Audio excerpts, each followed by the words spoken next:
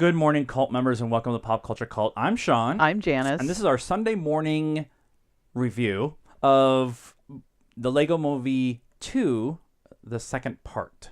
The second part. Dun, dun, dun. Now, we saw this yesterday afternoon or evening-ish, and we're just now getting around to the review because we did some other things last night. But we just checked. It only made $34 million on its opening weekend, which is about half of what they were expecting. Yeah, it's crazy. I'm not sure.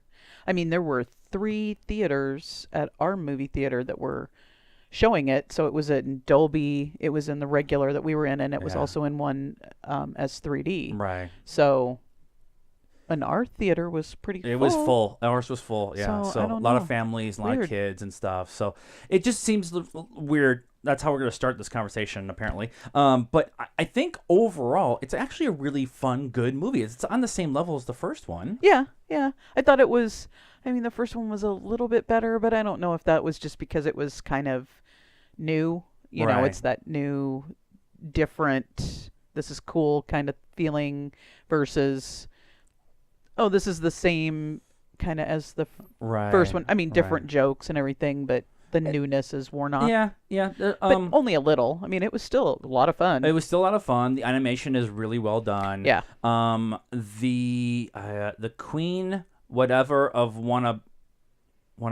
you wanna be her as the Lego character itself and how it was constantly changing and moving and definitely was really, really cool. Like it was and Tiffany Haddish was the voice, and she was really fun. And it was cool how kind of coming across as the bad guy but not really coming across as the bad guy. You didn't know the whole time. Yeah. Is she the bad guy? Isn't she the bad guy? This movie did have much of the same message as the first one, which was fine. But for me, at least, I wasn't in it for the message. I was in it for the jokes and the story itself. And so we talked about it on the way home, right? That this one kind of embraced more of what the Batman Lego movie did in the kind of meta jokes and the jokes that are going to be over the kids' heads, but that the parents will get. Yeah. There was a lot of Warner Brothers jokes, a lot of Justice League jokes, a lot of Green Lantern. Oh yeah, the Aquaman was amazing. Yeah. The Chris Pratt plays Emmett from the first one, and then he also does this character of Rex Dangervest. And when they were introducing him, he was a space pilot and a dinosaur wrangler and so all these different roles that Chris Pratt had played, and then they had a lot of those jokes in there about there was supposed to be a Harry Potter joke, but they were forced to remove it, so they did Mary Poppins joke instead. That was pretty meta. And because of Guardians of the Galaxy. And they made a joke about Marvel not returning their phone calls, so that's why there's no Marvel characters in it and stuff. So it was like the meta jokes were pretty funny. The story of them having to play with the Duplos, and having the two worlds have to interact with each other. The whole Mad Max beginning was totally awesome. But I just think I really enjoyed it. I think it was fun. We don't own the first one.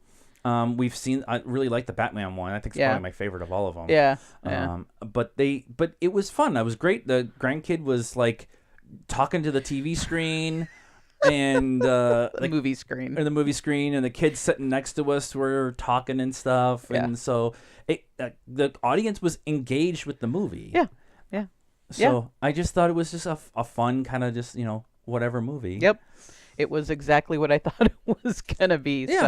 Yeah, and I'm not. This is not. It sounds like a non-glowing review.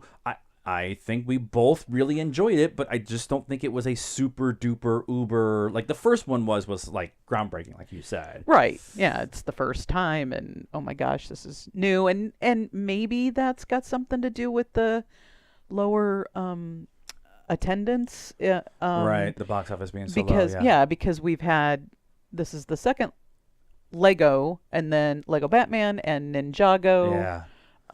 Was that it? I think it's so. for That's the big screen right now. this is Yeah. the fourth.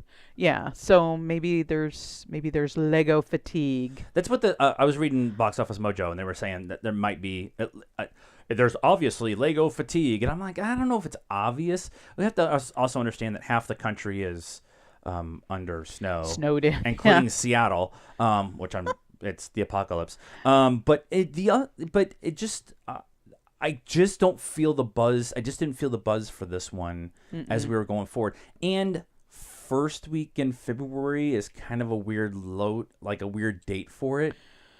Yeah, I bet and you if we it were came out like maybe April or May, it would have done a little bit better. But then it's got to deal with Endgame and right. Maybe getting the kids over the summer, because it was. Yeah. I mean, it was PG, right? I Not even PG-13. believe so. I have it up. I could just look it up So you could seriously, if your kids are old enough, dump them in Yeah, the movie. PG. PG, Yeah. So you could just dump them in the movie theater and go watch something else, right? Or drop them off at the movie theater in the summer. Yeah. So I don't know. We were saying when we walked up that we haven't been. I mean, we go 2-3 times a week sometimes, and Right. we haven't been to the movie theater in like 2 weeks because there's just not been. just nothing that's really been grabbing our attention, at least enough to go to the theaters. There's stuff that we're like, it'd be kind of cool to go to, but we're also kind of in our busy season outside of watching movies and TV shows and stuff like that. And we're trying to catch up on Game of Thrones, so which is like watching 5 movies in a night. The one thing I do want to talk about is that we haven't is Chris Pratt doing an impression of Kurt Russell. Right.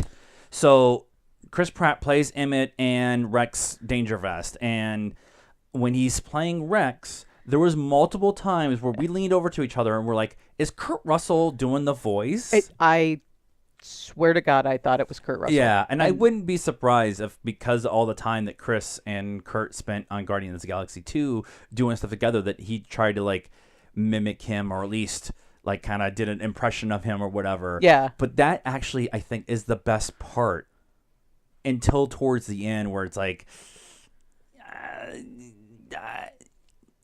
don't want to spoil it, but there's a moment where I'm willing to suspend disbelief for an animated movie About toys. but in the real world, they can't do that.